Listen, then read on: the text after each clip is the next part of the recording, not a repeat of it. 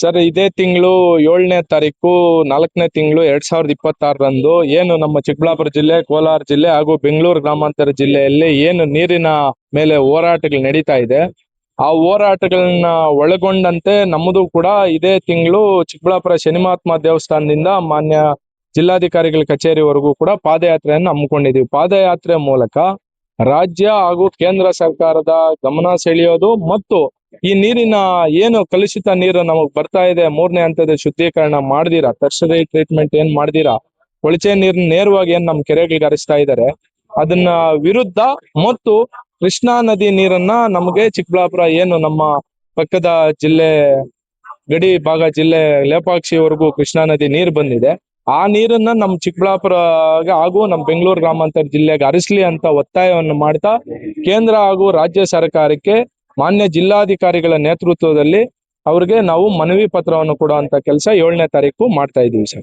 ಇದಕ್ಕೆ ಎಷ್ಟು ಇಡೀ ನಮ್ಮ ಚಿಕ್ಕಬಳ್ಳಾಪುರ ತಾಲೂಕಿನಲ್ಲಿ ಎಷ್ಟು ಸಂಘ ಸಂಸ್ಥೆಗಳಿದೆ ಹಾಗೂ ನಮ್ಮ ಜಿಲ್ಲೆಯಲ್ಲಿರುವ ಸಂಘ ಸಂಸ್ಥೆಗಳು ಹಾಗೂ ನಮ್ಮ ಪಕ್ಕದ ಜಿಲ್ಲೆಯ ಸಂಘ ಸಂಸ್ಥೆಗಳನ್ನು ಕೂಡ ಕರೆಯುವಂತ ಕೆಲಸ ಮಾಡ್ತೀವಿ. ಈಗ ನೀವು ಏನು ಈ 3ನೇ ಹಂತ 2ನೇ ಹಂತದ ಹೋರಾಟ ಅಂತ 3ನೇ ಹಂತದ ಹೋರಾಟ ಸರ್, ಈಗ ಇವರು ಏನು ಸರ್ಕಾರದಿಂದ ಏನು ವ್ಯವಸ್ಥಿತವಾಗಿ ಅವರು ಒಂದು ವಿಜ್ಞಾನಿಗಳನ್ನ ಕುರಿತುಕೊಂಡು ವರದಿಯನ್ನ ಕೊಟ್ಟಂತ ಕೆಲಸ ಆಯ್ತು. ನೀವು ಈಗ ಮಾಡ್ತಾ ಇರುವಂತಹ ಹೋರಾಟದಲ್ಲಿ ವೈಜ್ಞಾನಿಕವಾಗಿ ಇದಕ್ಕೆ ಏನಾದ್ರು ಕಾರಣ ಕೊಡುವಂತಹ ಕೆಲಸಗಳನ್ನು ಮಾಡ್ತೀರಾ? ಖಂಡಿತ ಸರ್, ಎಲ್ಲಾ ವರದಿಗಳನ್ನು ಕೂಡ ತರಿಸ್ಕೊಂಡಿದೀವಿ.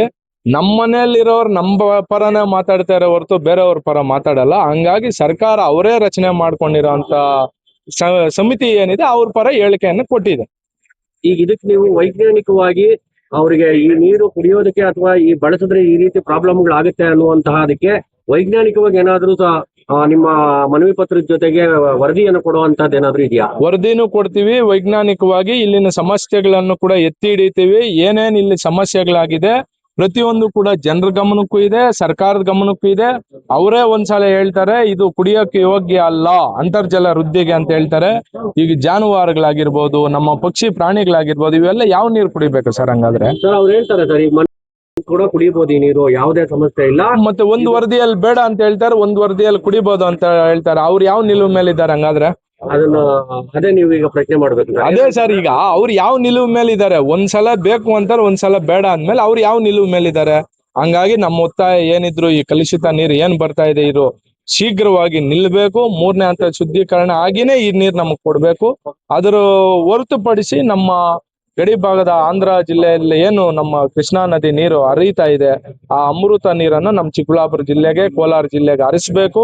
ಅದೇ ರೀತಿ ನಮ್ಮ ಏನು ಚಿಕ್ಕಬಳ್ಳಾಪುರ ತಾಲೂಕಿನ ಕೂಗಳತೆ ದೂರದಲ್ಲಿರುವಂತ ಕೇತನಹಳ್ಳಿ ಫಾಲ್ಸ್ ಪ್ರಸಿದ್ಧಿಯಾಗಿದೆ. ಫಾಲ್ಸ್ ಹೆಚ್ಚೆಚ್ಚುವಾಗಿ ಮಳೆಗಾಲದಲ್ಲಿ ನೀರು ಬರುತ್ತೆ. ಆ ನೀರು ನಮ್ಮ ಪಕ್ಕದ ರಾಜ್ಯಗಳಿಗೆ ಒಳ ಹರಿವಿರೋ ಮುಖಾಂತರ, ಹೊರ ಹರಿವು ಮುಖಾಂತರ ಹೊರಗಡೆ ಹೋಗ್ತಾ ಇದೆ. ಆ ನೀರನ್ನ ಒಂದು ಮೇಲ್ದಂಡೆ ನಿರ್ಮಾಣ ಮಾಡಿ ನಮ್ಮ ಜಿಲ್ಲೆಗೆ ಶುದ್ಧವಾದ ನೀರನ್ನು ಕೊಡ್ಬೇಕಂತ ನಾವು ಸರ್ಕಾರಕ್ಕೆ ಮನವಿಯನ್ನು ಕೂಡ ಮಾಡ್ತಾ ಇದ್ವಿ, ಒತ್ತಾಯ ಮಾಡ್ತಾ ಇದ್ವಿ. ಕೃಷ್ಣಾ ನದಿ ನೀರು ಇದು ಆಗ್ಬೇಕು, ಕ್ಲಿಯರ್ ಆಗ್ಬೇಕು. ಕೃಷ್ಣಾ ನದಿ ನೀರು ಅಂತಂದ್ರೆ ಈ ನೀರಿನ ಜೊತೆಗೆ ಬಿಡೋದಾ ಹೆಂಗೆ ಸರ್ ಅದು? ಸರ್, ಏನ್ ಆ ನೀರ್ ಬಂದ್ರೆ ಈ ನೀರ್ ಎಷ್ಟೊತ್ತು ಸರ್? ಒಂದ್ 3 ತಿಂಗಳು ನೀರ್ ಬಿಡ್ಲಿಲ್ಲ ಅಂದ್ರೆ ಈ ರಚ್ಚ ನೀರ್ ಅದೇ ಕೆರೆಗಳೇ ಇಂಗಿತ ಆಗೋಗ್ತದೆ. ಆಚೆಗೆ ಕಾಲುವೆಗಳ ಮುಖಾಂತರ ಆಚೆಗಳಿಗೆ ಬಿಟ್ರು ಬತ್ತಿ ಹೋಗ್ತದೆ. ಈಗ ಹೆಂಗು ಬೇಸಿಗೆ ಕಾಲ ಇದೆ, ಹೊರಗಡೆಗೆ ಬಿಟ್ರೆ ಕಾಲುವೆಗಳೆಲ್ಲ ಬತ್ತಿ ಹೋಗ್ತದೆ. ಶುದ್ಧ ನೀರನ್ನ ನೇರವಾಗಿ ನಾವು ಕೆರೆಗಳಿಗೆ ಹರಿಸಬಹುದು. ಅವಾಗ ತಂದಿರುವಂತ ಪೈಪ್ ಲೈನ್ ಮತ್ತು ಅದ್ರ ಮುಖಾಂತರ ಬರುವಂತ ನೀರು ನಿಲ್ಲಿಸಬೇಕು ಅಂತ ನೀವು ಹೇಳಿ? ಹೌದು, ಖಂಡಿತ. ಸರಿ. ಏನು ಇವತ್ತು HN ವ್ಯಾಲಿ ನೀರು ಬಗ್ಗೆ ಇವತ್ತು ಒಂದು ಪ್ರೆಸ್ ಮೀಟ್ ಮಾಡಿದ್ವಿ. ವಿಚಾರ ಇಷ್ಟೇನೆ, ಆಗಿನ ಸಂದರ್ಭದಲ್ಲಿ ನಮ್ಮ ಡಾಕ್ಟರ್ ಕೆ ಸುಧಾಕರ್ ಅವರು MLA ಆದಂತ ಸಂದರ್ಭದಲ್ಲಿ ಅವಾಗ ಕಾಂಗ್ರೆಸ್ ಸರ್ಕಾರ ಇತ್ತು. ಆವಾಗ ರೈತರು 1000 ಅಡಿ 1200 ಅಡಿ ಹಾಕಿದ್ರು ನೀರು ಸಿಗ್ತಾ ಇರ್ಲಿಲ್ಲ.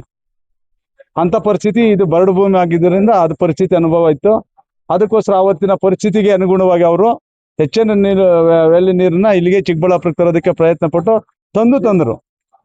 ಆವಾಗ ಈ ಜಿಲ್ಲೆ ಭಗೀರಥ ಅಂತ ರೈತರು ಹೇಳೋದಕ್ಕೆ ಕಾರಣ ಇಷ್ಟೇನೆ.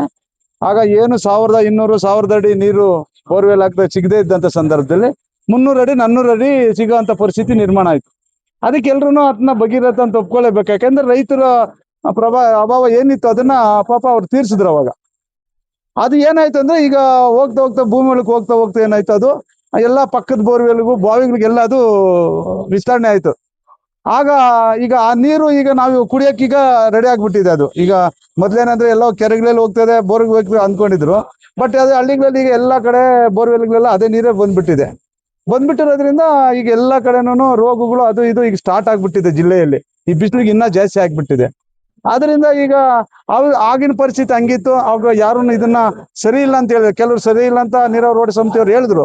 ಆದ್ರೆ ಆಗಿನ ಪರಿಸ್ಥಿತಿ ರೈತರೆಲ್ಲ ಅವ್ರಿಗೆ ಸುಮ್ಮನೆ ನಮ್ಮ ಬೋರ್ವೆಲ್ಗಳಲ್ಲಿ ನೀರೀಗ ಮೇಲ್ಕ್ ಬಂದಿದೆ, ನಮ್ಗೆ ಈಗ ಸಂತೋಷ, ಬೆಳಗಿಡ್ತಾ ಇದ್ದೀವಿ, ನಾವೆಲ್ಲ ರೈತರು ಬೀದಿ ಪಾಲಾಗ್ಬೇಕಾಗಿತ್ತು ಅನ್ನೋ ಪರಿಸ್ಥಿತಿಯಲ್ಲಿ ರೈತರೆಲ್ಲ ಅವತ್ತು ಒಪ್ಕೊಂಡ್ರು. ಬಟ್ ಅದಕ್ಕೆ ಬರ್ತಾ ಅದು ಇಷ್ಟು ವಿಷಯವಾಗಿ ಆಗುತ್ತೆ ಅಂತ ಯಾರಿಗೂ ಆಗಿನ ಪರಿಸ್ಥಿತಿಯಲ್ಲಿ ಗೊತ್ತಾಗ್ಲಿಲ್ಲ. ಈಗ ನಾವು ಈಗ ನೋಡಿದಾಗ ನಾವು ಎಲ್ಲ ನೀರು ಕುಡಿತೀವಿ. ಕಂದವಾರ ಕೆರೆ ಪಕ್ಕದಲ್ಲೇ ನಾವು ಡಿವಿನ್ ಸಿಟಿಯಲ್ಲಿ ಇದ್ದೀವಿ. ಬೋರಲ್ಲಿ ಈಗ ಮೇರೇನೆ ನೀರಿದೆ, ನಾವು ಫಿಲ್ಟರ್ ಮಾಡ್ಕೊಂಡು ಕುಡಿದ್ರೆ ನೀರು ಟೇಸ್ಟೇ ಇಲ್ಲ ನೀರು ಕುಡಿಯೋದಕ್ಕೆ, ಅಂತ ಪರಿಸ್ಥಿತಿ ಈಗ ಆಗ್ಬಿಟ್ಟಿದೆ. ಆದ್ರಿಂದ ಈಗ ನಾವು ರಿಕ್ವೆಸ್ಟ್ ಅಂದ್ರೆ, ಈಗಾಗಲೇ ನಮ್ಮ ಸುಧಾಕರ್ ಸಾಹೇಬ್ರು ಇರ್ಬೋದು, ಮತ್ತೆ ಎಲ್ಲ ಆಂಧ್ರದ ಗಡಿ ಭಾಗದಲ್ಲಿ ಕೃಷ್ಣಾ ನದಿ ನೀರು ಕೊಡ್ಬೇಕಂತ ಹೇಳ್ಬಿಟ್ಟು ಈಗಾಗಲೇ ಎಲ್ಲ ಕಡೆ ಪಾರ್ಲಿಮೆಂಟ್ ಅಲ್ಲಿ ಚರ್ಚೆ ಮಾಡಿದ್ದಾರೆ. ಮತ್ತೆ ಅವರು ಒಂದು ಅಹವಾಲು ಮಾಡಿದ್ದಾರೆ. ಅದ್ರ ಜೊತೆಯಲ್ಲಿ ಇವತ್ತು ಏನಾಗ್ಬಿಟ್ಟಿದೆ ಅಂದ್ರೆ, 3ನೇ ಶುದ್ಧೀಕರ ಮಾಡಿದ್ರೆ ನಮ್ಗೆ ಕುಡಿಯಕ್ಕೆ ಒಳ್ಳೆ ನೀರು ಅಂತ ಹೇಳ್ಬಿಟ್ಟು ನಾವೂನು ಈಗ ಎಲ್ಲರೂ ಹೋರಾಟ ಮಾಡ್ತೀವಿ. ಅದರಂತೆ ನಾವೂನು ಹೋರಾಟ ಮಾಡ್ತಾ ಇದ್ದೀವಿ, ನಮ್ದು ಅದ್ರಲ್ಲಿ ಏನಿಲ್ಲ. ಆದ್ರೆ ಈಗ ಎತ್ತಿನ ಒಳ್ಳೆ ನೀರು ತರ್ತೀವಿ ಅಂತ ಇದು ನಮ್ಮ ವೀರಪ್ಪ ಮೊಯ್ಲಿ MP ಆದಾಗ್ಲಿಂದನೂ ಹೇಳ್ತಾನೆ ಇದ್ದಾರೆ. ಆದ್ರೆ ಇದುವರೆಗೂ ಆ ಪೈಪ್ಗಳು ಸಹ ಸರಿಯಾಗಿ ಹಾಕ್ಲಿಲ್ಲ ನಮ್ಮ ಚಿಕ್ಕಬಳ್ಳಾಪುರಕ್ಕೆ. ಏನಿದು ಶಾಪನ ಏನೋ ಗೊತ್ತಿಲ್ಲ ನೀರದ್ದು. ಅಂತ ಪರಿಸ್ಥಿತಿಯಲ್ಲಿ ಈಗ ನಮ್ಮ MLA ಅವ್ರು ಹೇಳಿದ್ರು, ಇಲ್ಲ ಕುಡಿಯೋ ನೀರಿಗೆ ಇದಿದೆ, ನಾನು ಮುಂದೆ ಮಾಡಿ ಚಿಕ್ಕಬಳ್ಳಾಪುರಕ್ಕೆ ಒಳ್ಳೆ ನೀರು ತರೋದಕ್ಕೆ ನಾನು ಪ್ರಯತ್ನ ಪಡ್ತೀನಿ ಅಂತ. ಬಟ್ ಅವರು ಯಾವುದೇ ಒಂದು ಅಸೆಂಬ್ಲಿಯಲ್ಲಿ ಮಾತಾಡಿಲ್ಲ, ಮತ್ತೆ ಅದ್ರ ಬಗ್ಗೆ ಚಕ್ಕಾರ ನಿಂತಿಲ್ಲ. ಅದ್ರ ಒಂದು ಅಮೌಂಟ್ ಆದ್ರೂನು ನಮ್ಗೆ ಕೊಡ್ಸಕ್ ಆಗ್ಲಿಲ್ಲ ಅವ್ರ ಕೈಯಲ್ಲಿ ಸಹ.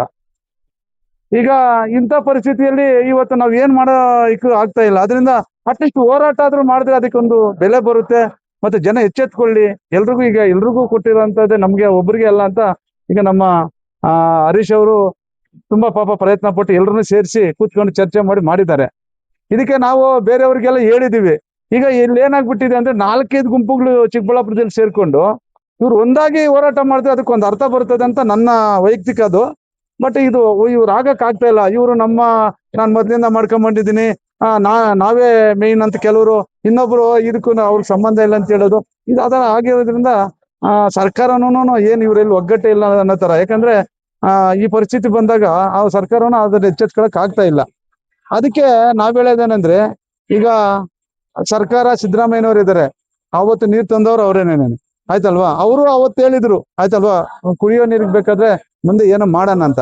ಅದಕ್ಕೆ ದಯವಿಟ್ಟು ಈಗ ನಾವು ಅವ್ರಲ್ಲಿ ರಿಕ್ವೆಸ್ಟ್ ಮಾಡ್ತೀವಿ.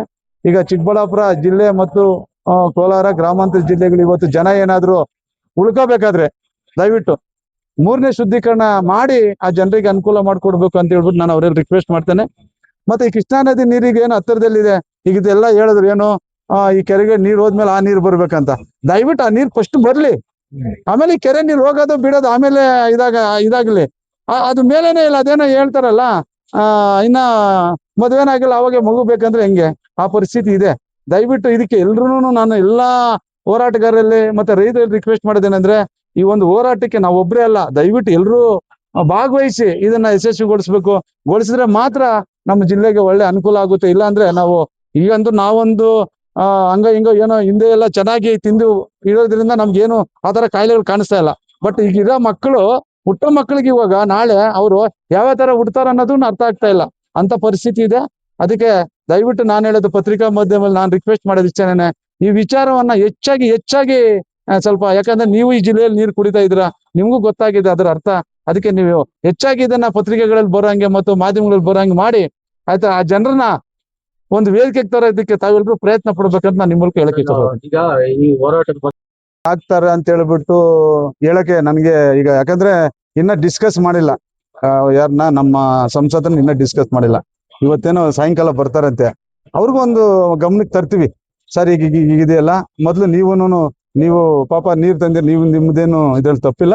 ಬಟ್ ಈಗಿನ ಪರಿಸ್ಥಿತಿಗೆ ಆಗಿನ ಪರಿಸ್ಥಿತಿನೇ ಬೇರೆ, ಈಗಿನ ಪರಿಸ್ಥಿತಿ ಬದಲಾವಣೆ ಆಗಿದೆ. ಅದನ್ನ ದಯವಿಟ್ಟು ನೀವು, ಯಾಕಂದ್ರೆ ಈ ಜಿಲ್ಲೆಯ ಮತ್ತೆ ಪಾರ್ಲಿಮೆಂಟ್ ನೀವು ಹೋಗೋದ್ರಿಂದ ಇದು ಹೆಚ್ಚಿಗೆ ಈಗ ಬೇರೆ ರಾಜ್ಯಗಳಿಂದ ನೀರ್ ಬರ್ಬೇಕಾದ್ರೆ ಸೆಂಟ್ರಲ್ ಅಲ್ಲೂ ಇದನ್ನ ಪ್ರಸ್ತಾಪ ಮಾಡೋದನ್ನ ಫೋರ್ಸ್ ಮಾಡ್ಬೇಕಾಗುತ್ತೆ. ಅದರಿಂದ ದಯವಿಟ್ಟು ನಮ್ಗೆ ಸಹಕಾರ ಕೊಡಿ. ನಾವು ನಿಮ್ಮ ಫಾಲೋವರ್ಸ್, ನಾವೇನು ನಿಮ್ಮ ವಿರುದ್ಧ ಏನಿಲ್ಲ. ಅದಕ್ಕೆ ನೀವೇ ತಂದಿದ್ದೀರಾ, ಅದನ್ನ ನೀವೇ ಸರಿಪಡಿಸಿ ಅಂತ ನಾವು ಕೇಳಕ್ಕೆ ಒಂದು ಸಮಯ ಬಂದಿದೆ. ಅದ್ ಕೇಳ್ತೀವಿ. ಅವರು ಏನು ಸ್ಪಂದನೆ ಮಾಡ್ತಾ ಅಂತ ಗೊತ್ತಿಲ್ಲ.